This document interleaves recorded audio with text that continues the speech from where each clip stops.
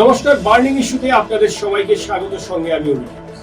আজ আমার বার্নিং ইস্যুতে রয়েছে অসম পরিবহন নিগমের অধীন চলা যেসব যাত্রীবাহী বাস।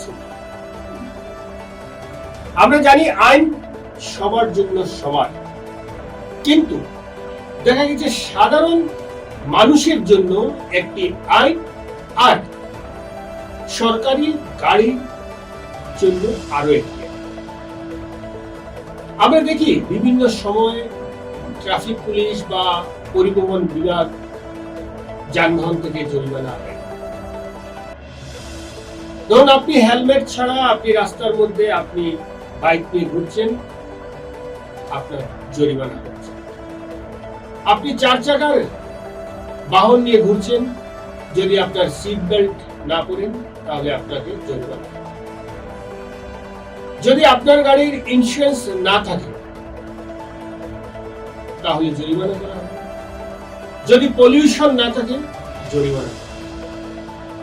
সেটা ঠিকই আছে, কারণ আইন সবাইকে মেনে চলতে হবেই। কারণ এই জরিমানা করা হয় আপনার সুরক্ষার জন্য।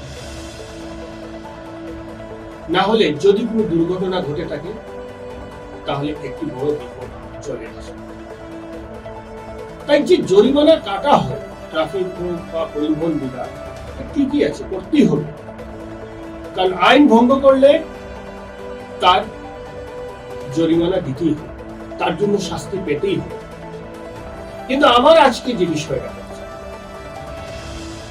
অসম পরিবহন নিগমের অধীন অর্থাৎ এএসটিসি অধীন যেসব যাত্রীবাহী বাস চলাচল করছে, বিশেষ করে বরাক উপত্যকায়, সেগুলো যাত্রীদের জন্য কতটুকু সুরক্ষিত। কেন বলছি সুরক্ষিত? আপনার শুনলে আশ্চর্য হবে, অবাক হবে। আজকের দিনে বরাক উপত্যকায় এএসটিসি যেগুলো বাস, অর্থাৎ যাত্রীবাহী বাস যেগুলো চলাচল করছে, তাদের যদি নথিপত্র আপনারা দেখেন, আপনাদের চোখ চরক গাছে।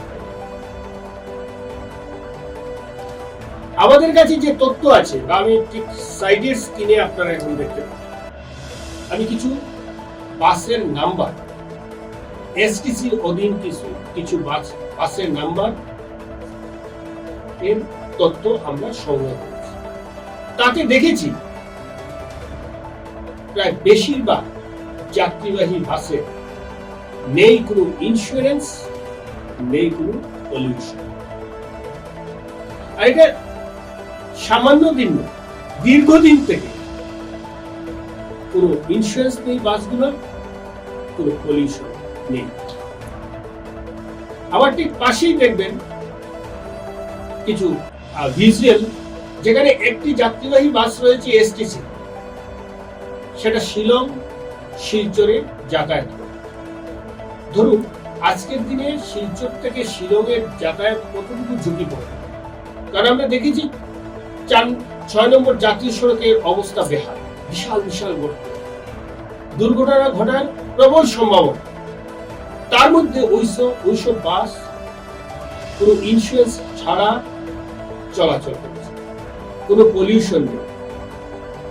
এমনকি বিমানবন্দর থেকে যে বাস যাত্রী নিয়ে আসে, এসি বাস বলা হয়, এসটিসি, একই অবস্থা, নেই কোনো ইন্স্যুরেন্স, নেই কোনো পলিউশন।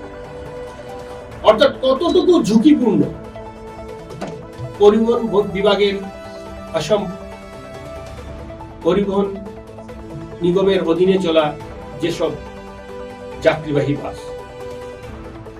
কারণ যদি আপনার কোনো ধরনের দুর্ঘটনা ঘটে তাহলে আপনার বীমা না পাওয়ারই সম্ভাবনা, কারণ সেই যাত্রীবাহী বাসের কোনো ইন্স্যুরেন্স নেই। অর্থাৎ দুর্ঘটনা ঘটলে আপনার কিছু পাওয়ার আশা নেই। কে দেবে? কারণ তাদের তো ইন্স্যুরেন্সই নেই। ইন্স্যুরেন্স তো এই কারণেই করা হয়, যদি কোনো দুর্ঘটনা সংঘটিত হয় তাহলে সংশ্লিষ্ট ইন্স্যুরেন্স কোম্পানি তার ক্ষতিপূরণ দিবে। কিন্তু ওই বাসগুলিতে যাত্রা করলে আর যদি কোনো ধরনের দুর্ঘটনা সংঘটিত হয় তাহলে সেই ক্ষতিপূরণটা দেবে কেউ দেবে না। তো এবার প্রশ্ন হচ্ছে, পরিবহন বিভাগ বা যারা ট্রাফিকে যারা দায়িত্বে রয়েছে তাদের চোখে কি ওইসব বাসের নথিপত্রগুলো পড়ে না? ওইটা তো আবার গোপন ভাবে বা রাতের অন্ধকারে সেই বাসগুলো চলাচল করছে, দিনের আলোতে যাত্রী নিয়ে চলাচল করছে, সেগুলো কি চোখে পড়ে না সংশ্লিষ্ট বিভাগে? কেন তাদের কোনো জরিমানা কাটা হয় না? কেন তাদের বিরুদ্ধে আইন ভঙ্গের কোনো শাস্তিমূলক ব্যবস্থা নেওয়া হয় না? শুধু কি সাধারণ মানুষের উপরই আইন ভঙ্গের শাস্তি প্রদান করা হবে? আর সরকারি বাসগুলো যে আইন ভঙ্গ করে প্রতিদিন চলাচল করছে মানুষের জীবনকে ঝুঁকি নিয়ে, তাদের বিরুদ্ধে কি কোনো শাস্তিমূলক ব্যবস্থা নেওয়ার প্রয়োজন মনে করেন না? কারণ যদি কোনো ধরনের বড় দুর্ঘটনা হয়ে থাকে তাহলে সেই ড্রাইভারটা কে নেবে? কারণ ওই যাত্রীবাহী বাসগুলোর নথিপত্র পরীক্ষা করার দায়িত্ব হলো গিয়ে পরিবহন বিভাগ এবং ট্রাফিক পুলিশ, তারা তো করছেন না।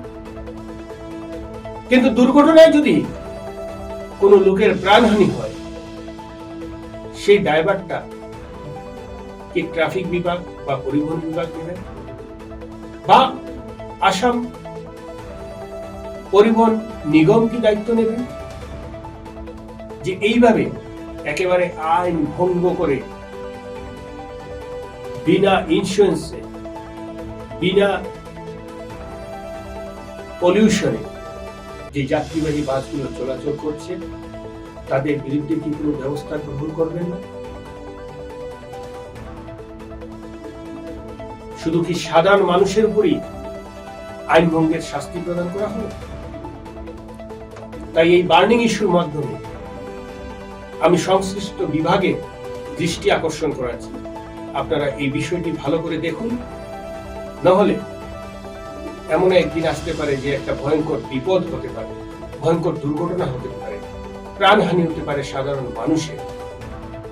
সেটা যেন না হয় তার জন্য আপনারা তার বিহিত ব্যবস্থা গ্রহণ করুন।